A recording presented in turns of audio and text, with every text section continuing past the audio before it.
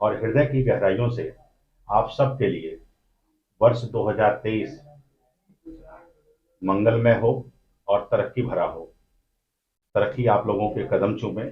इसी शुभकामना के साथ आज का जो प्रेस वार्ता रखा गया है, इसमें श्री देवालय संघ एक सामाजिक और धार्मिक एक संस्था है जो कि देश में व्याप्त कुरीतियों और राक्षसी वृत्ति को समाप्त करने के लिए देश के युवाओं, छात्रों और आम जनमानस के लिए शक्तिशाली कैसे बने एक योजना मंथन के रूप में चला रही है।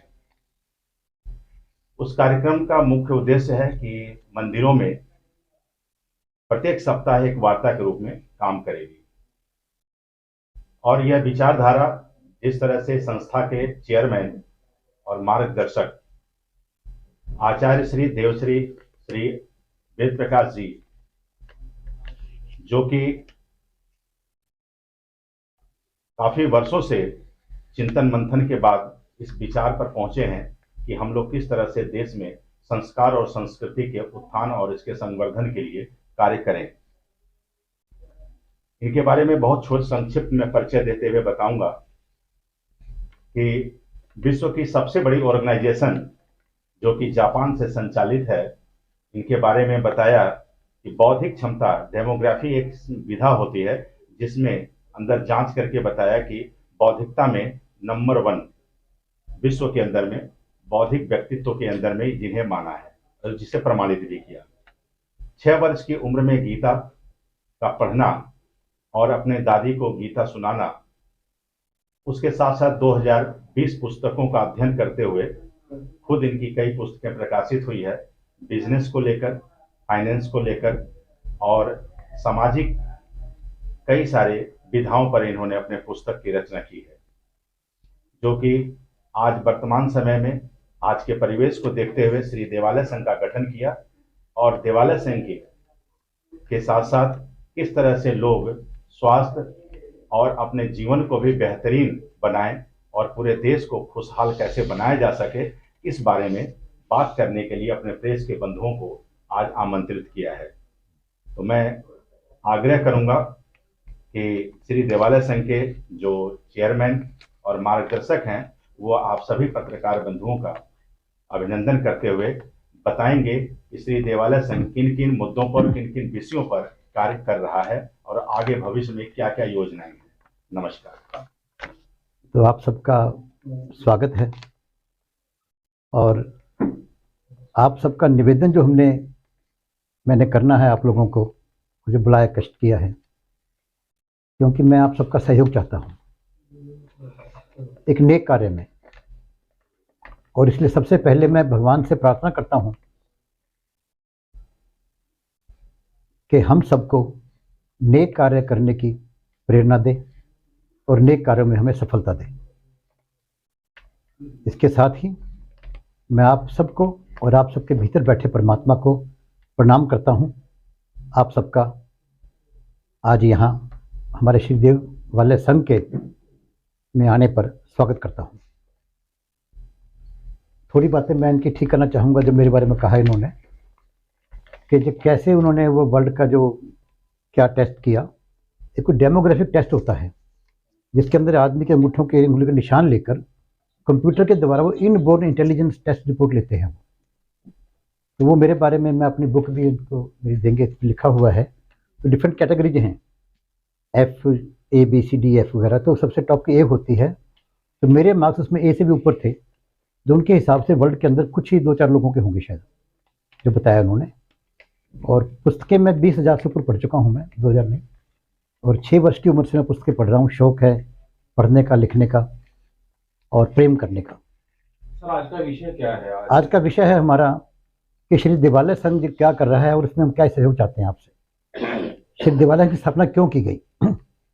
एक विचार सबके मन में आता है कि सभी सुखी हों। ये आप सभी चाहते हैं। वास्तव में इंसान जो है अंदर से सब चाहते हैं सभी सुखी हों। आजकल धर्म के नाम पर अधर्म बहुत हो रहा है, बहुत झगड़े हो रहे हैं। तो ये बिना जाने के धर्म क्या है।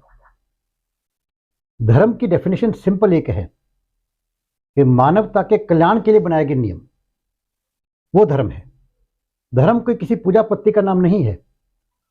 जैसे देश का संविधान होता है कि देश के कल्याण के लिए बनाए गए नियम संविधान, ऐसे ही मानवता के कल्याण के लिए बनाए गए नियम धर्म। धर्म ना कभी लड़ाता है, धर्म इंसान को इंसान से जोड़ता है, धर्म इंसान को भगवान से जोड़ता है। तो धर्म के नाम पे झगड़ा हो ही नहीं सकता। तो श्री दिवालिया संघ की स्थापना क्यों की गई, विचार क्यों आया कि सभी सुखी हम कैसे हो। आमतौर पे कहते हैं कि पहला सुख निरोगी काया, दूजा सुख घर में माया। आपका स्वास्थ्य ठीक है लेकिन घर में गरीबी है तो हम सुखी नहीं रह सकते।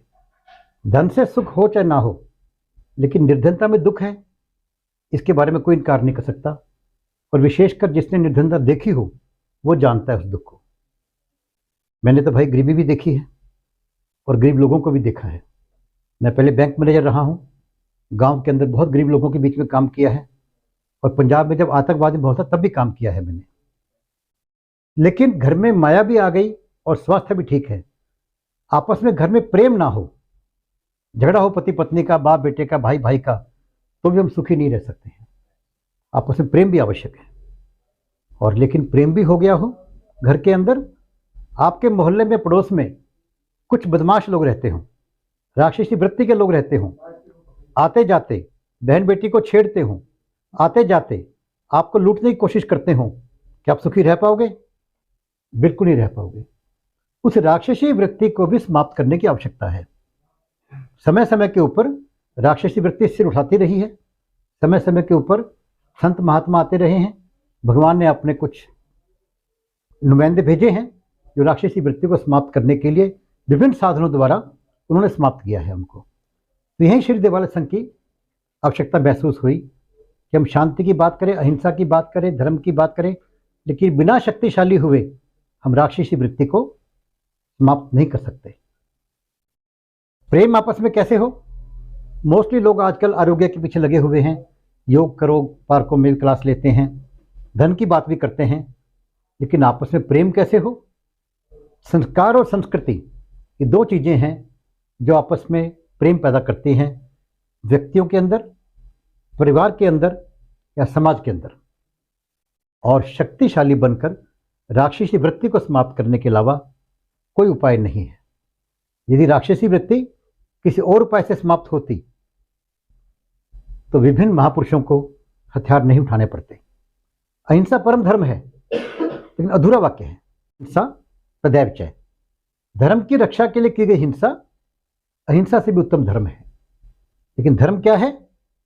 यह कोई पूजा पद्धति का नाम धर्म नहीं है। मानवता के कल्याण के लिए बनाए गए नियम धर्म है।